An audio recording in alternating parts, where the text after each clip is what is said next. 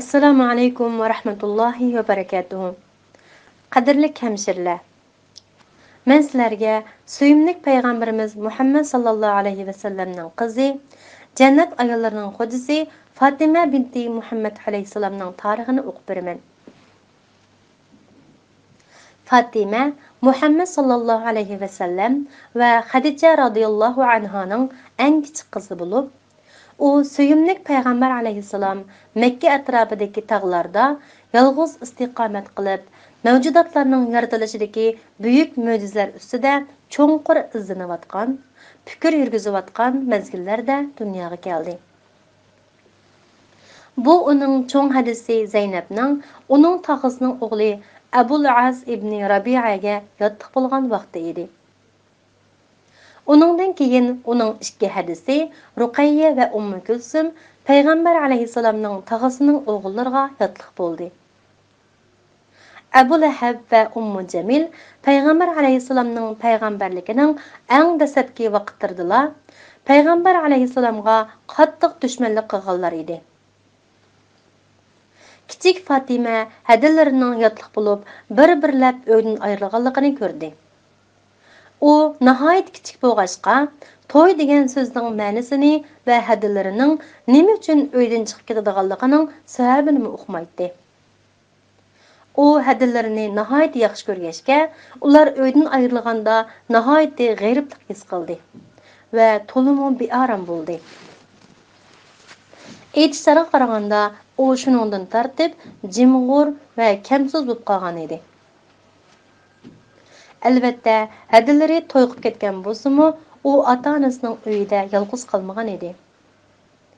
Payg'ambar alayhisalomning onasi Aminaning cho'risi, payg'ambar alayhisalom tug'ilgandan tartib uningga hamroh bo'lib kelayotgan Baraqa, Zayd ibn Harisa va Abu Talibning kichik o'g'li Ali qatorliqlar Rasululloh oilasining a'zolari edi.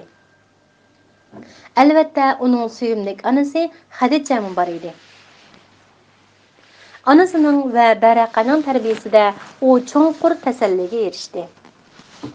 Uningdan 2 yosh cho'ng bo'lgan Ali balaliq vaqtida o'lib ketgan o'z akasi Qosimning o'rnida uningga aka va do'st bo'ldi.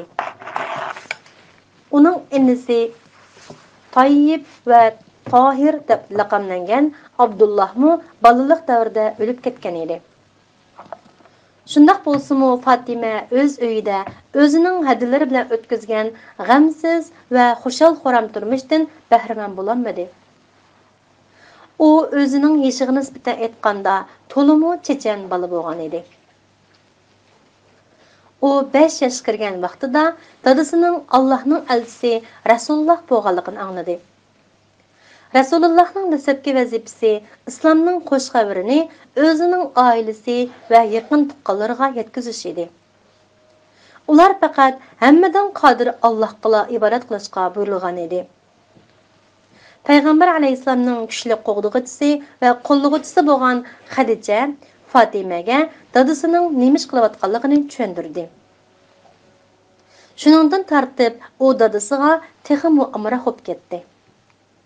Hamda dadasiga bo'lgan hurmati va muhabbati texmo cho'nqurlashdi. U Rasululloh Makkaning tar ko'chalarida ketayotganda, Ka'bani ziyorat qilganda, islomni qabul qilgan dastlabki musulmonlarning maxfiy yig'ilishlarida qatnashganda va ular payg'ambarga bay'at qilganda doim uningga hamroh bo'ladi. Bir kuni u dadasiga hamroh bo'lib Masjidi Haromga bordi. Payg'ambar alayhisalom Ka'baga qarshi turadigan Hijr deb ataladigan yerda turib namoz o'qishga boshladi. Fatima uning yonida turdi. Bu chaqda u 10 yoshga kirmagan edi. Rasulullohga dushmanlik qilishda chektinashgan bir to'p Quraysh yig'ildi. Ularning ichida Rasulullohning tog'asi Abu Jahl ibn Hisham, Uqba ibn Abu Muayt, Umayya ibn Xalaf va Rabi'aning o'g'illari Shayba bilan Utba qatorliqlar bor edi. Ular zaharxandalik bilan Rasulullohning yoniga kelishdi. Abu Jahl ulardan: Qaysinglar to'gining qayrinini elib kelib, Muhammadning ustiga tashlay olaysizlar? deb so'radi. Ularning ichidagi eng qabihroqi bo'lgan Uqba ibn Abu Muayt qizg'inlik bilan shunday qilishga mangdi. U qayrinni elib kelib, payg'ambar alayhissalom sajda qilayotgan vaqtida uning ustiga tashladi. Rasulullohning sahobalaridan Abdullah ibn Mas'ud shu yerda bor bo'lsa-mu, bir narsa deyishga yoki qayrinni elib etishga jur'at qilolmadi. Chunki musulmonlar o chaqda dushmanlarga qarshi turishdan ojiz edi. Dadasining mushundaq masxirlik muomalaga va xurliq uchrayotganligini ko'rgan Fatimaning shu chaqdagi hissiyotini tasavvur qilib beqim. Texi 10 yoshga kirmagan qiz nima qila olasin? U dadasining yeniga kelib, ustidagi qayrini elib tashlab etdi. Ondan bu bir to'p Quraysh qariniyatchisining oldida g'azab bilan turib, ularga g'azablik til aholatini yog'dirib etdi. Ular onunğa bir eg'izmi so'z qilolmadi. Payg'ambar alayhissalom sajdadan beshini ko'tarib namozini oyoqlashtirdi. Ondan: "Ey Robbim, Qurayshni halok qilgin" deb 3 qatam duo qildi. Ondan yana: "Ey Alloh, Utbani, Uqbani, Abu Jahil va Shaybani halok qilgin" deb beddua qildi.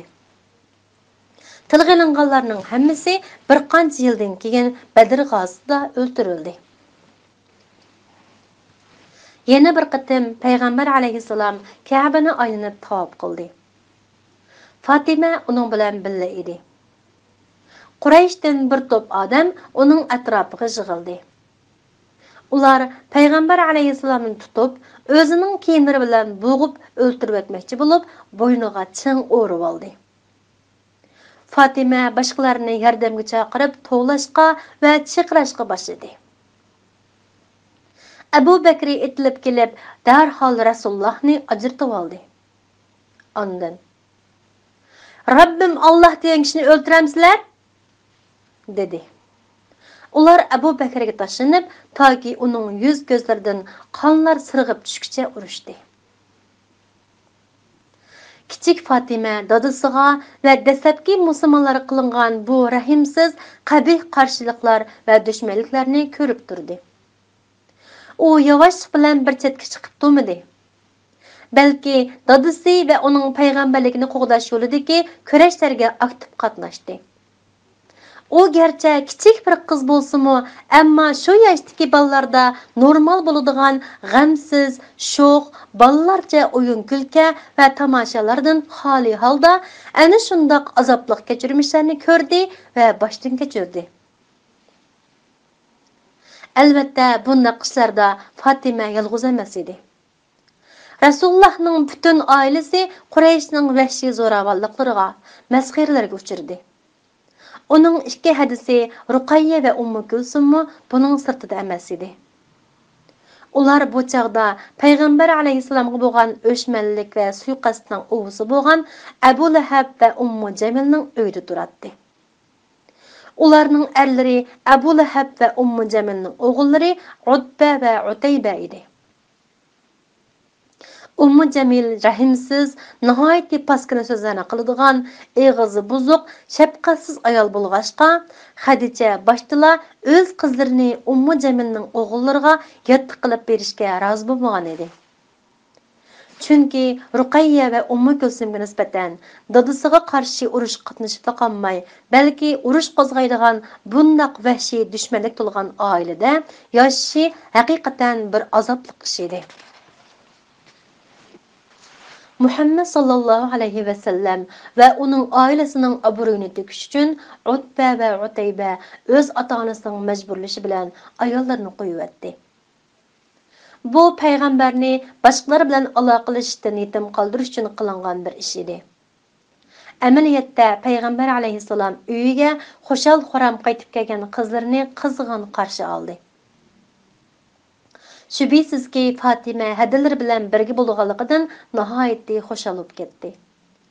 Ular cho'ng hadisi Zaynabning eridan ajrashib qaytib kelishini orzu qilishdi.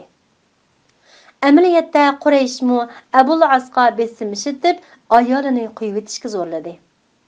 Ammo u rad qildi.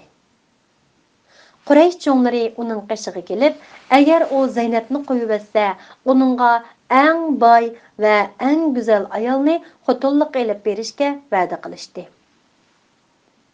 Ammo u: "Men ayolimni nihoyat yaxshi ko'raman.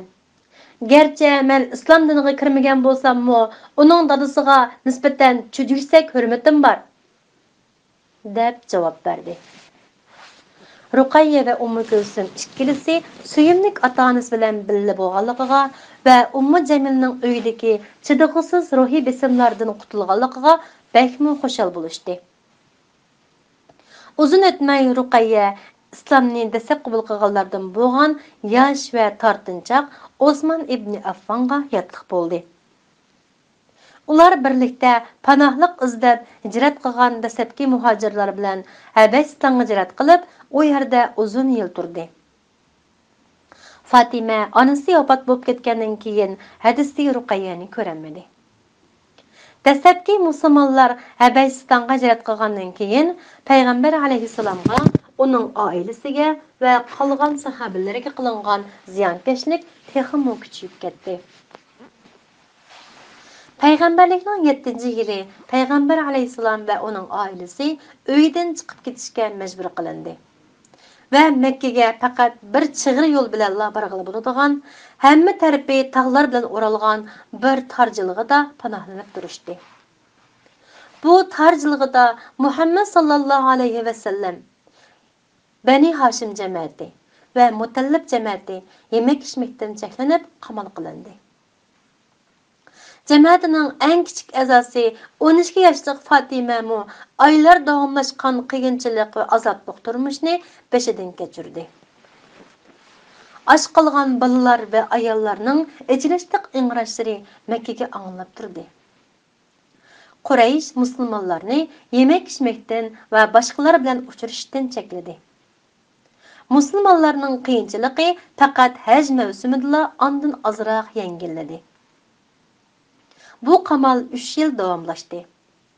Qamal bekor qilinganda Rasululloh texmi eg'ir bo'lgan siqilishlarga va qiyinchiliklarga duch keldi. Rasulullohning sodiq va amroq ayoli Xadija uzun o'tmay vafot bo'ldi. Uning vafoti bilan Rasululloh va uning oilasi jafoliq kunlarda hamdamda bo'ladigan qo'g'dug'uchisi va homiysi kuchlik orqa tarkidan ayrilib qoldi.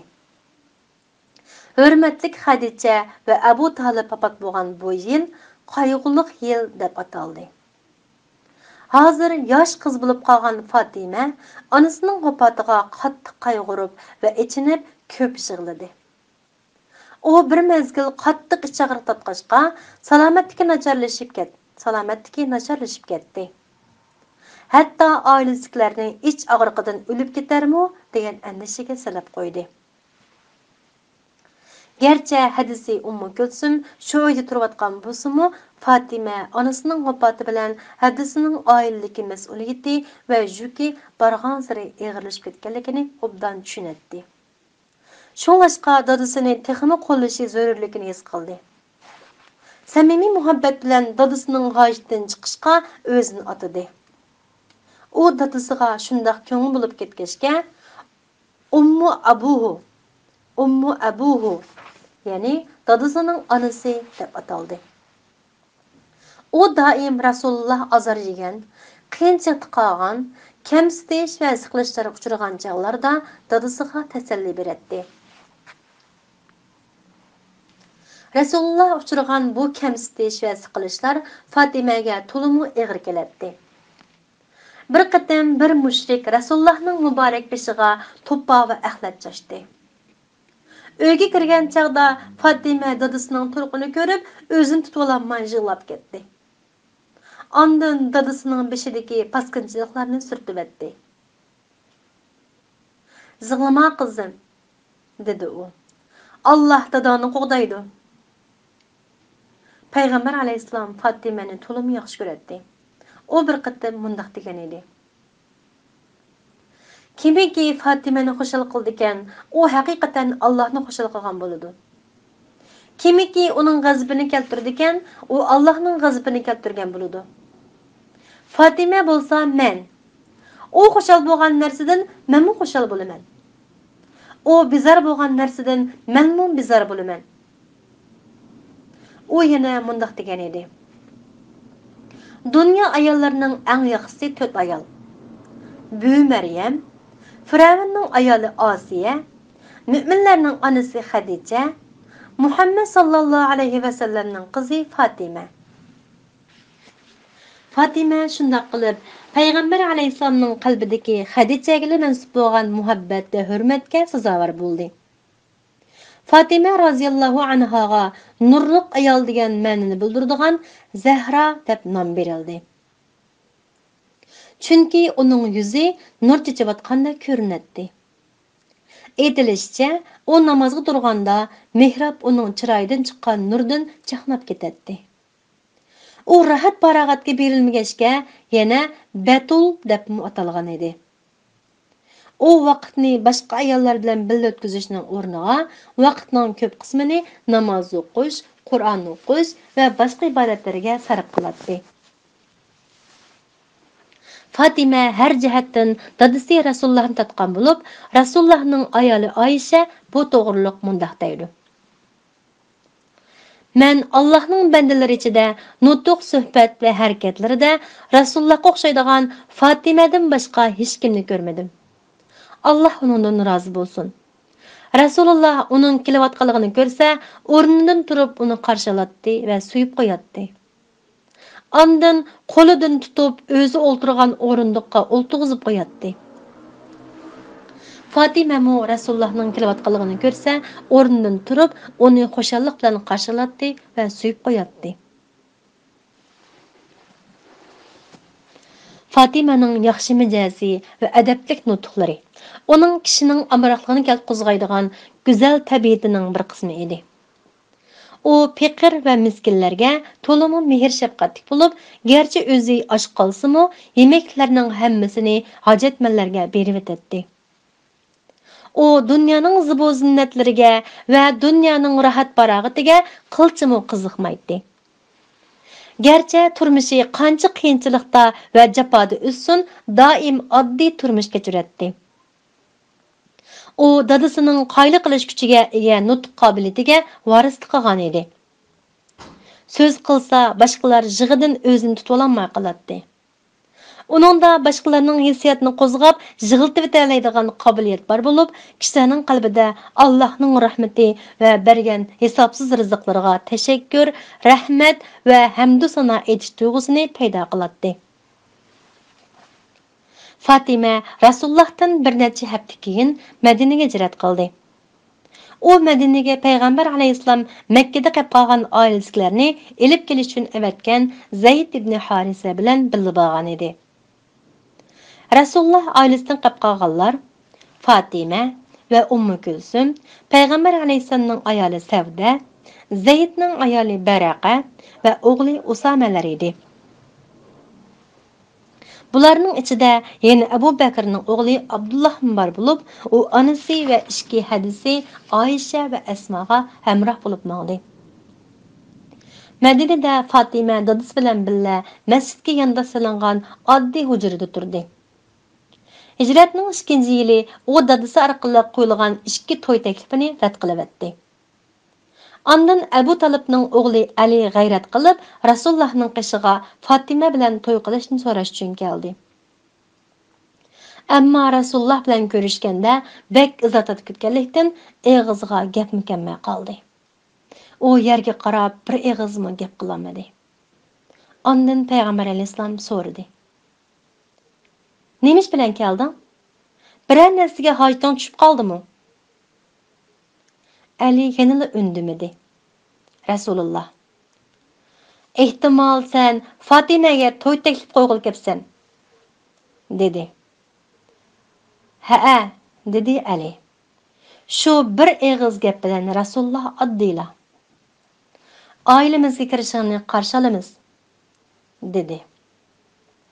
Bu so'zni Ali va eshik sirtida Rasulullohning ma'qulligini kutayotgan bir necha ansarlar angladi. Arqadan Rasululloh Alidan mehr uchun bergidek bir narsaning bor yo'qligini so'radi. Ali yo'q deb javob berdi. Rasululloh Aliga pulga yaraydigan bir qalqini borligini eslatib o'tdi.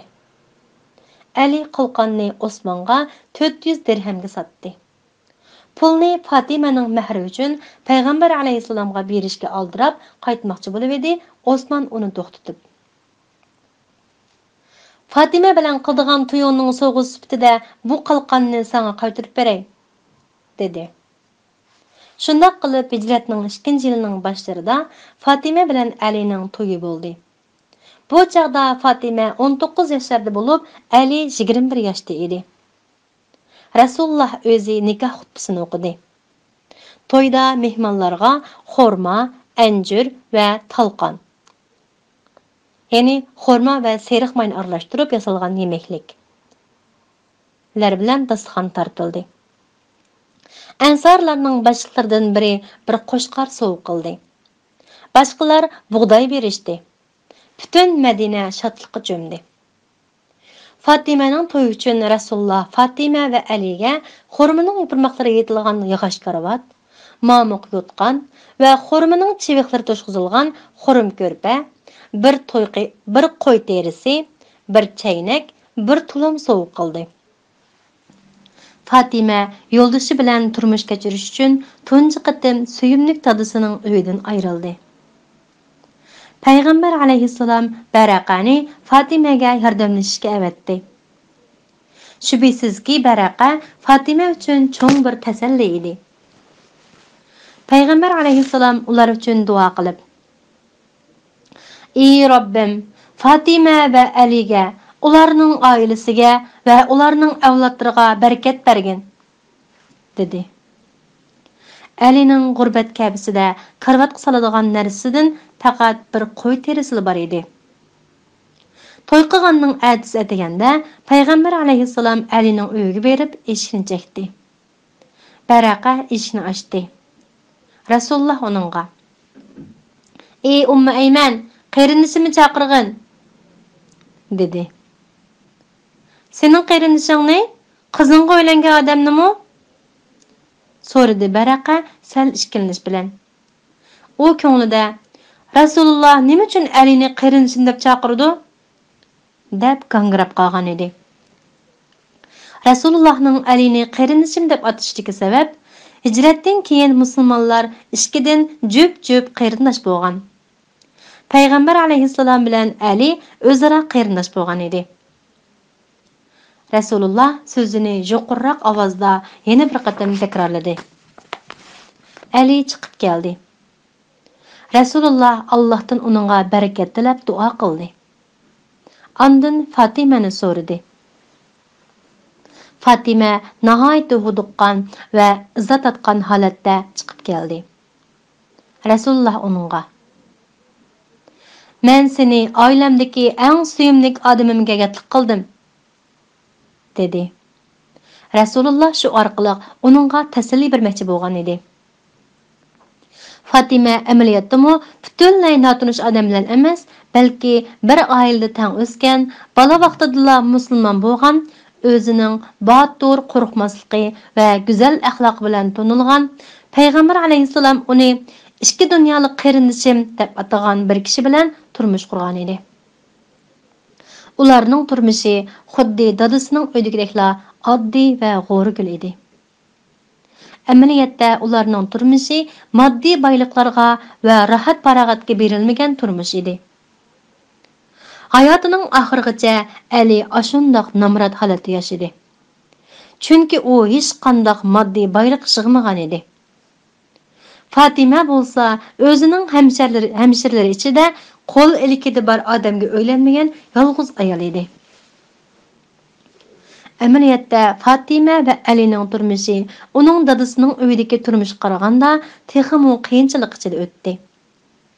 Uning to'yidan ilgari payg'ambar alayhissalomning uyida hech bo'lmagandimi ishlarga yordamlashadigan bir necha odam bor edi. Ammo hozir hamma ishni o'zi yolg'iz qiladi. Bundaq ig'ir namratlikdan qutulish uchun Ali suv to'shig'uchi, Fatima qo'noq so'qquchi bo'lib ishladi. Bir kuni u Aliga: "Bugun men qo'lim qapirib, teshilib ketguncha qo'noq so'qdim", dedi. "Men beydam og'rib ketguncha suv to'shidim", dedi Ali Fatimaga va uningga taklif berib. "Alloh dadangga ulug' urush asarlarini berdi. Berib uningdan bir qul so'rab kelgin", dedi. U xolamagan holda payg'ambar alayhisolamning qishig'iga bordi. Payg'ambar alayhisalom uningga: "Nemish bilan kelding, qizim?" dedi. "Sana salom bergil keldim", dedi u. Nomus qilib, o'zining nemish kelganligini dadisiga deyolmadi. "Qandoq bo'ldi?" so'radi Ali u qaytib kelgandan keyin. "So'rashdan o'ylab qoldim", dedi Fatima. Shuning bilan ular payg'ambar alayhisolamning qishiga birlikda berishdi. Ammo payg'ambar alayhisalom ularga qaraganda texmo hojatmanlarning borligini aytdi va: "Sizlarga bermayman. Ahli suffa ochliq azobini tortib ularga berishgimi yetarli narsa topolmayapman", dedi. Ali va Fatima sal ruhi tushgan holda uyga qaytib keldi. Ammo shu kuni ular yetib bo'lgandan keyin payg'ambar alayhisalomning kirishga ijozat so'ragan ovozini angladi.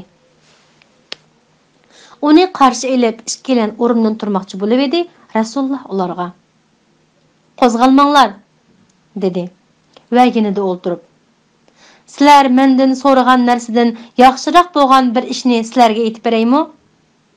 deb so'radi. Ular: "Bo'ladi", dedi Rasululloh ularga.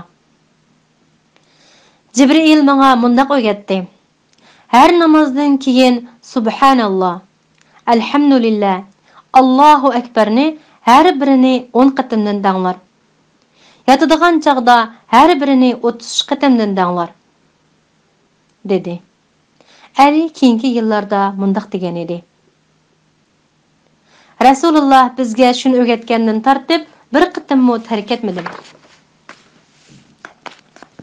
Fatimaning jafoliq va qiyinchilik turmushi to'g'riliq nurg'unlagan xotirlar bor. Doim ularning uyida jigili bir narsa qolmaydi. Bir qatim payg'ambar alayhisolamning qursiqi qattiq echib ketib, hamma ayollarining uyiga bordi. Ammo ularda jigidek narsa yo'q edi. Ondan u Fatimaning uyiga bordi. Uning uyida mo jigidek hech nima yo'q edi. U boshqa yerdan ozroq yemaklik topdi. Uningdan 2 non va ozroq go'shtni Fatimaga avatdi. Yana bir qatim payg'ambar alayhisalom Abu Ayyub Ansarining uyiga berib, oldiga qo'yilgan tomoqdan Fatima uchun ozroq ilib oldi. Fatima mo payg'ambar alayhisalomning kunlab tomoqsiz qolganligini obdan tushunatdi va yeydigan bir narsa topa-olasala uningga avatib beradi. Bir qatim u dadasiga bir parcha arpa nenini olib berganda, dadasi uningga: "Bu dadangning 3 kundan beri yegan tunji tomoqi", degan edi. Fatima yuqoriqidek mehribonliklar orqali o'zining dadasini qanchalik yaxshi ko'rganligini isbotlab berdi. Rasululloh mu uni haqiqatan yaxshi ko'radi. Bir qatim payg'ambar alayhisalom Madinaning sirtiga qilgan bir safaridan qaytib kelibla, oldi bilan ilgirgidekla masjidga berib, odati bo'yicha 2 rakat namoz o'qidi. Ondan ilgirgidekla ayollarining uyiga bormasdan burun Fatimaning uyiga bordi. Fatima uni qarshi elib, eg'iziga va yuz-ko'zlariga suyib yig'lab ketdi. "Nimishqa yig'laysan?" so'radi Rasululloh. "Ey Rasululloh, chiroying tatirib kasal chiroy bo'lib qopsan. Kiyimlaring ko'nirab, yirtilib ketibdi", dedi Fatima. "Ey Fatima", dedi Rasululloh samimiylik bilan. "Yig'lamagin. Alloh dadangni yer yuzidagi har bir oilaga, mayli u yezilarda, jilg'ilarda yoki cho'l jazilarda bo'lsin, ta'sirli ko'rsatadigan, shu orqali insonlarni sharafga erishtiradigan payg'ambarlik vazifasidan avatgan." Bu gaplar bilan Fatima suyumlik tadisiga topshirilgan bu nihoyatda mushkul va oxiri chiqmaydigandek tuyuladigan payg'ambarlikning g'alabasini ko'rgandek bo'lib, rahimsiz reallikqa un-tunsiz bardosh beradi. Fatima oxiri payg'ambar alayhissalomning uyiga yaqin bir uyga ko'chib keldi. Bu uyni ansariylardan biri payg'ambar alayhissalom qizi bilan qo'shni bo'lib o'ltirishdan xushal bo'lganligini bilib hadiya qilgan edi. Ular birlikda xushallikdan, g'albadan tang bahramon bo'ldi. Qayg'u, hasrat va ig'irchiliklarni tang ko'tardi. Madinadagi nihoyatda jiddiyatchilik to'lgan kunlar va yillarni birlikda o'tkazdi. Hijratning 2-yilining o'ttirlarida hadisi Ruqayya qizitma bo'lib qoldi va qizil chiqib qolib og'rib yetib qoldi. Bu mashhur Badr g'azosidan sal burunqi ish edi. Uning yo'ldoshi Osman uningga hamroh bo'lib g'azotga chiqqanmidi. Ruqayya dadisi g'azotdan qaytib kelishdan sal burunla vafot bo'ldi. Payg'ambar alayhissalomning g'azotdan qaytib kelgandan keyingi tunji ishi uning qabrisini yo'qlash bo'ldi. Fatima mu uning bilan birga edi. Rasulullohning yaqin oilasilar ichida Ruqayya Xadijaning vafotidan keyin vafot bo'lgan tunji kishi edi. Fatima hadisidan ayrilganligiga qattiq qayg'urdi. U qabrining yonida dadisi bilan o'ltirgan chaqda ko'z yoshlari yomg'irda qo'yilib ketdi. Dadisi o'zining ridosi bilan ko'z yoshlarini surtib, uningga tasalli berdi. Rasululloh shuningdan ilgariroq o'likka yig'lashni ma'ni qilgan edi. Ammo bu xato tushunib qilindi. Hamda ular qabridan qaytib kelgan chaqda Umarning Badrda shahid bo'lganlar va Ruqayya uchun yig'layotgan ayollarga g'azab bilan to'layotganligini angladi. "Umar, ularni yig'lig'ili qo'y", dedi payg'ambar alayhissalom. "Qalbdan va ko'zdan chiqqan narsa Allohdan va Allohning rahmatidan bo'ladi. Qo'ldan va og'izdan chiqqan narsa shaytondan bo'ladi." Payg'ambar alayhissalom qo'ldan deyish orqali maydalariga mushlab, yuzlarini tatilab yig'lashni ko'z tutsa, og'izdan deyish orqali ayollarning boshqalarga hislashchi qilganligining belgisi qilib olgan, qo'shoq qo'shib, un silib yig'lashni ko'z tutgan edi. Osman keyin payg'ambar alayhissalomning yana bir qizi Ummu Kulsumni nikohiga oldi va Zinnurayn, ya'ni ikki nurning egisi deb ataldi. Ruqayyaning vafotidan keyin og'ir qayg'uga cho'mgan bu oilada barliq mu'minlarga bir xushallik bo'lib, Hijriyaning 3-yili Ramazon oyida Fatima yangidi. Payg'ambar alayhissalom yangi tug'ilgan buvoqning quloqiga azon o'qib, chiroyliq degan ma'noni bildiradigan Hasan degan ismni qo'ydi. Bir yildan keyin Fatima 2-chi bolasini yangidi. Uningga kichik Hasan degan ma'noda Husayn deb ism qo'yildi. Fatima doim ikki o'g'lini, ularni haddidan ortiq yaxshi ko'radigan cho'ng dadasini ko'rgili aparatdi. Keyin payg'ambar alayhissalom ularni masjidga olib bordi. Ular u sajda qilganda dumbasiga yamishib chiqib o'ynaydi. Payg'ambar alayhissalom kichik nevrisi Zaynabning qizi Umamani ashundaq o'ynatdi. Hijratning 8-yili Fatima 3-chi bolasini yangidi va uningga qizi tug'ilishdan oz ilgariroq o'lib ketgan cho'ng hadisi Zaynabning ismini qo'ydi. Fatimaning 4-chi bolasi Hijriyaning 9-yili tug'ildi. Bu bolasi qiz bo'lib, uningga oldingi yili kasal sababidan o'lib ketgan hadisi Ummu Kulsumning ismini qo'ydi. Fatima faqat payg'ambar alayhissalomning farzandlarini aslab turish uchun shunday qilgan edi. Payg'ambar alayhissalomning o'g'illarining hammasi balaliq vaqtida o'lib ketgan bo'lib, Zaynabning 2 bolasi Ali va Umama kichik o'lib ketgan edi. Ruqayyaning o'g'li Abdullah texi 2 yoshga kirmay o'lib ketgan edi. Gerçi Fatima qo'rsoq ko'tarish, bola tug'ish va bolalarini tarbiyalash bilan aldirashib ketgan bo'lsa-mu, ammo u Madinadagi musulmonlar jamoasini kuchaytirish ishlarida yanada muhim rol o'ynadi. U to'y qilishdan ilgari nomrod va yo'qsul ahli suffani doim yo'qlab, ularni mehmon qilib turardi. Uhud g'azoti oyoqlashishi bilanla u boshqa ayollar bilan birga urush maydoniga berib, shahid bo'lganlar uchun yig'ladi va dadasining jarohatlarini doğrulab tengib qo'ydi. Xandak g'azotida u boshqa ayollar bilan birlikda uzunga so'zilgan jafoliq muhosira jarayonida mujohidlarga tamoq tayyorlab berdi. O'zining chadirida musulmon ayollarga imom bo'lib namoz o'qidi. Keyin shu yerga musulmonlar muhabbat qiladigan va ixlos qiladigan 7 masjidning biri Fatima masjidi deb atalgan masjid bino qilindi. Fatima Hijriyaning 6-yili Hudaybiya sulhidan keyin Payg'ambar alayhisalom umri qilgandimi, uningga hamroh bo'ldi. 2-yili u va hadisi Ummu Kulsum Payg'ambar alayhisalom va kuchli musulmonlar jamoasi bilan birlikda Makkani fath qilishga qatnashdi. Aytilishicha, bu chaqda Fatima va Ummu Kulsum ikkilisi onasi Xadichaning uyini ziyorat qilib, o'zlarining balaliq chaqlaridagi aslamalarini va Payg'ambar alayhisalomning payg'ambarligining dastlabki vaqtlaridagi uzun muddatli kurashlarni eslagan ekan.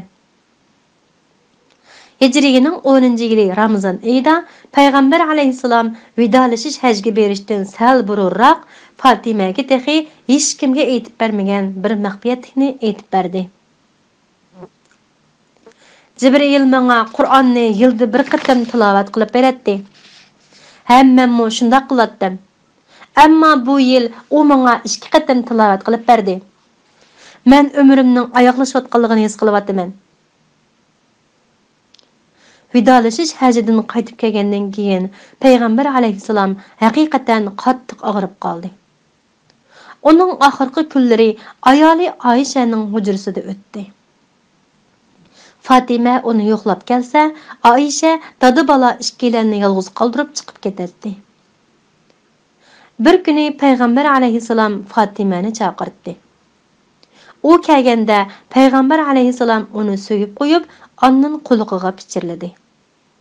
U yig'lab ketdi. Ondan yana quliqiga pichirlagan edi, u kuldi. Oysha buni ko'rib so'radi.